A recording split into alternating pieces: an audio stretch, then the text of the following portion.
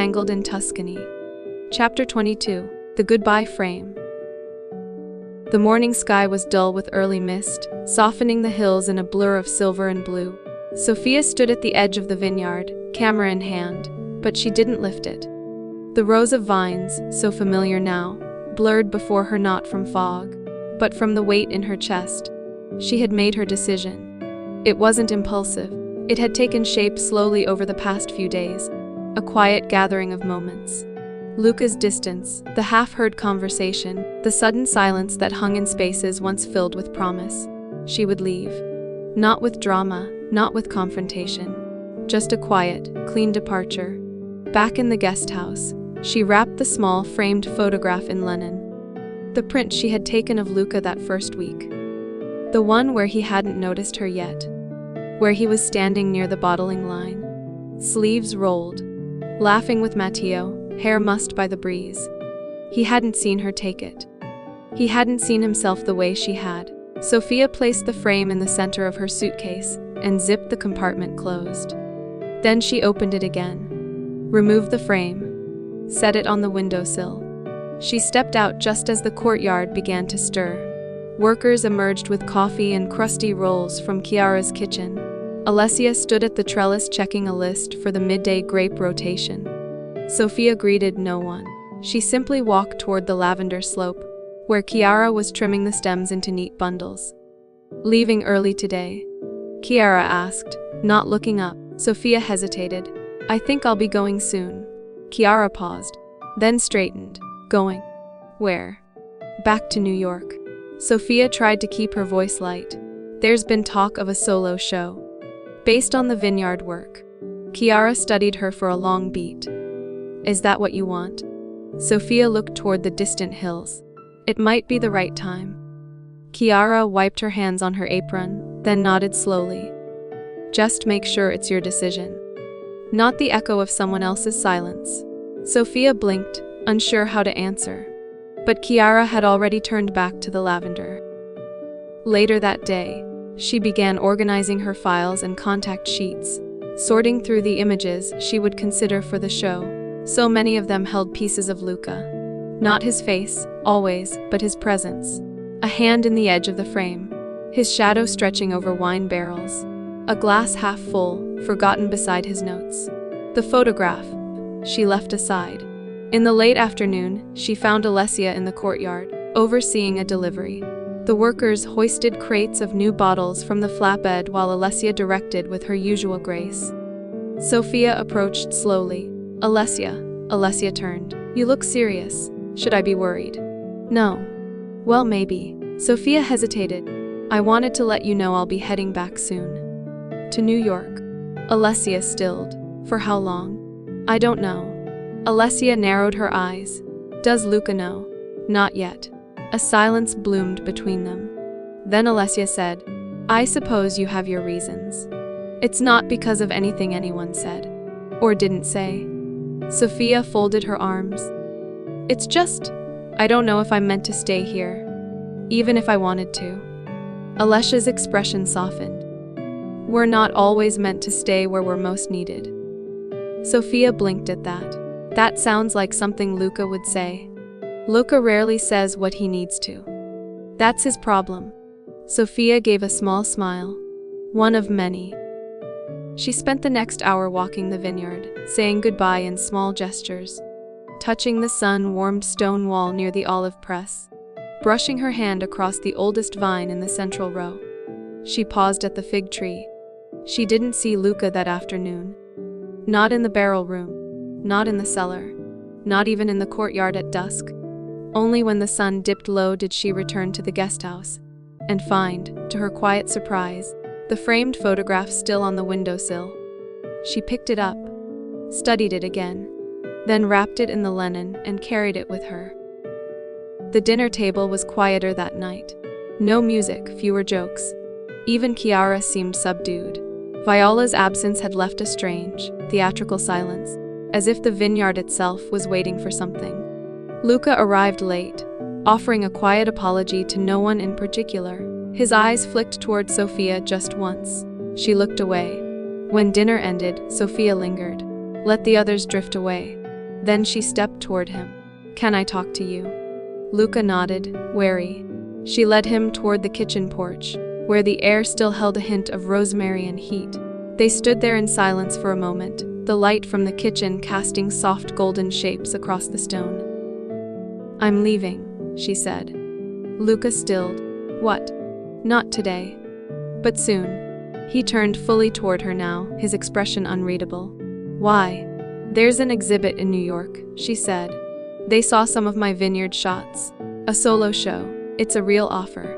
Luca's gaze lowered to the floorboards, as if anchoring himself. "Congratulations," he said, quietly, carefully. Sophia nodded. "Thanks." A beat passed. "Is it because of what you heard?" he asked. "Me and Alessia?" Sophia met his eyes, surprised by the question. "I didn't hear enough to make it about that. But enough to wonder." She hesitated, then offered the truth, simple and bare. "I think I'm just afraid of waiting for answers that never come." Luca flinched slightly. So small, only someone who'd studied him would notice. This wasn't part of the plan. He murmured. Sophia's voice softened. "Neither were you." They stood there a moment longer, the weight of unsaid things pressing between them. Not an argument, not closure, just the edge of something that might have been. Then she turned to go, and Luca didn't stop her. Back in her room, Sophia sat on the edge of the bed, fingers resting on the zipper of her bag. The framed photo she had tucked away earlier peeked out beneath her notebooks. She unwrapped it slowly. Luca, laughing unguarded, caught in motion on a day when he hadn't yet known she was watching. She crossed the room and opened the window. The air outside was warm and pulsing with the hum of insects. Across the vineyard, lights were flicking off one by one. She set the photo gently on the sill once again, where the morning light would catch it, where he'd see it without her standing there to explain, just a frame. Sophia left just after dawn. No fanfare, no final sweep through the rows of vines, no tearful declarations beneath fig trees or candlelit arches, just a quiet closing of a suitcase. A note for Chiara left folded beneath a coffee cup. A cab waiting near the edge of the gravel drive, the engine already humming, birds still drowsy in the olive trees. She stood by the car for a breathless second, suitcase in hand, camera slung over her shoulder. The vineyard behind her buzzed faintly with morning stillness.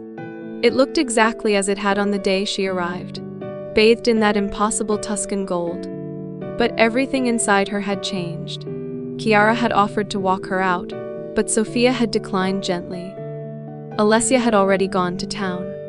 Luca hadn't come out of the house that morning. She hadn't knocked. She wasn't sure what she would have said if she had.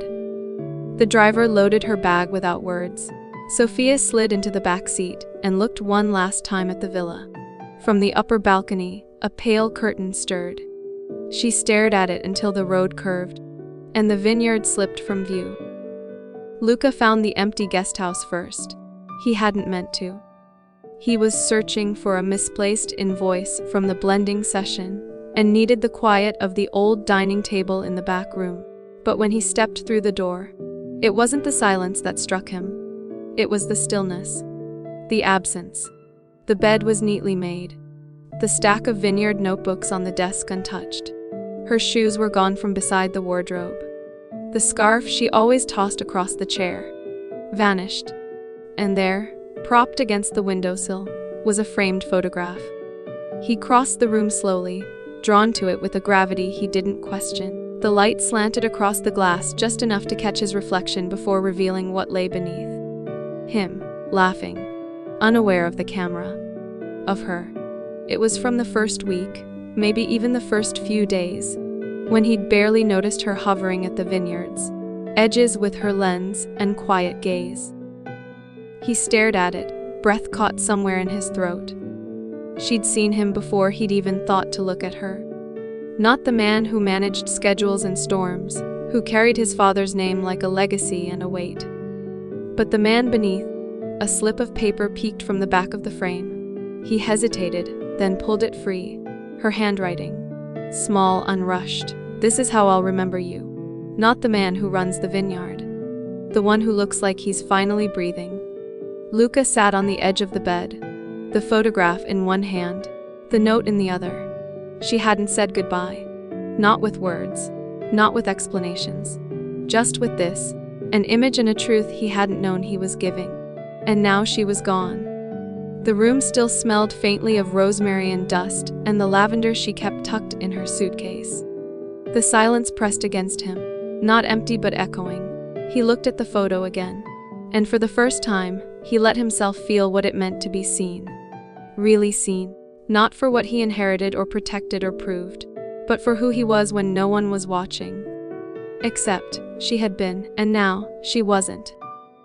In the main courtyard, Chiara was already busy with delivery crates and rosters. She paused when Luca stepped outside, framed photo still clutched in one hand.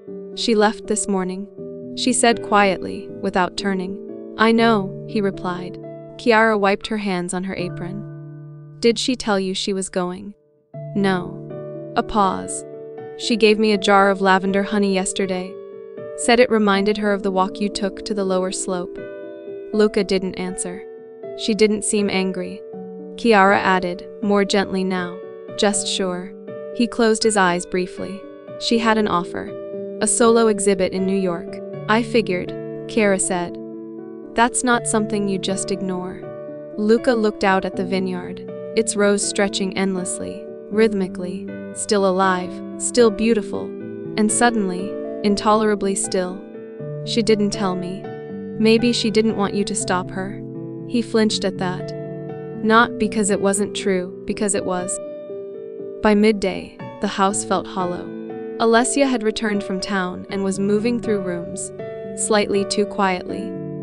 Matteo had mentioned something about a shipment delay, but Luca barely registered it. The sun was high, unforgiving. The usual vineyard bustle continued, but the energy felt off-kilter, like a song missing its anchor note. By late afternoon, Luca was in the bottling room, barking instructions at Leo and Matteo with sharp efficiency. He didn't realize how tense his voice had become until Alessia touched his shoulder. "Luca," she said gently, "you're going to crack the barrels with that tone." He turned, jaw clenched. "What?" She tilted her head. "You don't have to pretend it doesn't matter." "I'm not." "She's gone," Alessia said, not unkindly. "And you're trying to outwork grief like it's a checklist." Luca looked down, the framed photo still tucked in the back pocket of his jeans. "I didn't think she'd actually leave," he said quietly. "Then you weren't paying attention?" "She gave me that photo." Alessia softened. That photo wasn't a goodbye. It was a confession. He looked at her sharply. "She gave you something honest," Alessia said. "You didn't answer. So she took her truth and walked." Luca didn't reply. He couldn't. That night, the courtyard sat empty. No long table, no string lights, no laughter bouncing between stone walls. Just crickets, and the low thrum of summer heat pressing against the house. Luca sat on the same bench, where they'd first tasted the rosé. The bench where she'd looked at him with sunlight in her eyes, and asked about the future. He turned the photograph over in his hands again. She had seen something in him before he could name it himself. And he had let her walk away, without telling her she wasn't wrong. The storm had cleared days ago, but it felt like it had only just begun. The next morning, Alessia found him already awake, standing near the slope that overlooked the olive grove. She didn't say anything at first, just watched him in profile, his gaze distant, fixed on the horizon. When he finally spoke, it was low and certain. "She left," he said. "And I didn't stop her." Alessia stepped beside him. "No," he turned to her. "But I'm going to find her."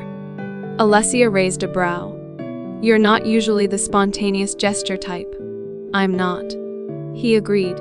"But this isn't about gestures." He held up the photograph again. "This is about finally learning how to show up." Alessia smiled. Proud, a little exasperated, but proud. Then she nodded toward the driveway. "Well," she said, "let's hope she hasn't disappeared too far."